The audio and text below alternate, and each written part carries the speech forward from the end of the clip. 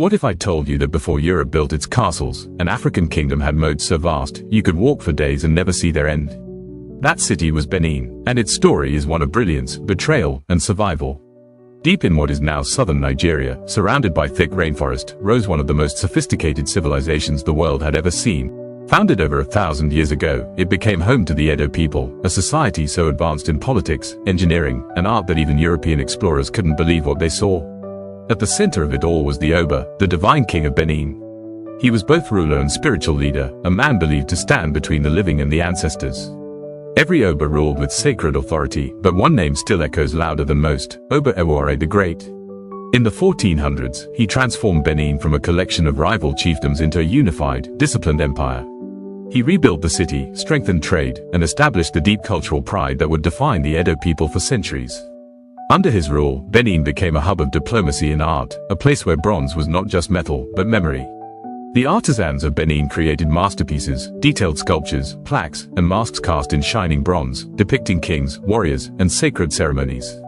They weren't made for decoration, they were records, each one telling the story of the Oba's reign.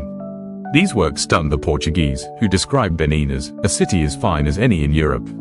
For hundreds of years, Benin traded with the outside world. They sent ivory, pepper, and cloth, and received European goods in return, including brass, which their artists melted down to create the famous Benin bronzes.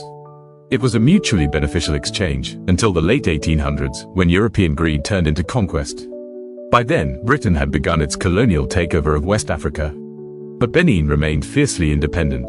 The Oba, now overrun by sea, refused to bow to British pressure to open his markets fully to them. He limited trade on his own terms, insisting that Benin would not be ruled by outsiders. The British called him stubborn. In truth, he was protecting sovereignty, and that made him a problem. So they decided to remove him.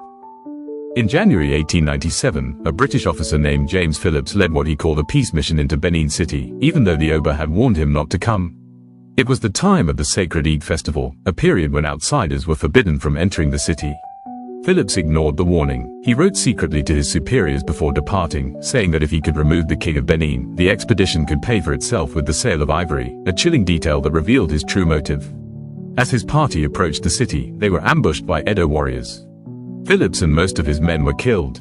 To the Edo people, it was defense, protection of their sacred law, while to the British, it was the perfect excuse. 1 month later, Britain launched what they called the Benin Punitive Expedition, a mission of revenge. In truth, it was an invasion. Over 1,200 soldiers, armed with Maxim machine guns, rockets, and cannons, marched into Benin. The Edo fought back with spears, arrows, and sheer courage, but they were outgunned. By February, the city was burning. Flames consumed the royal palace, temples, and archives, centuries of history reduced to ash.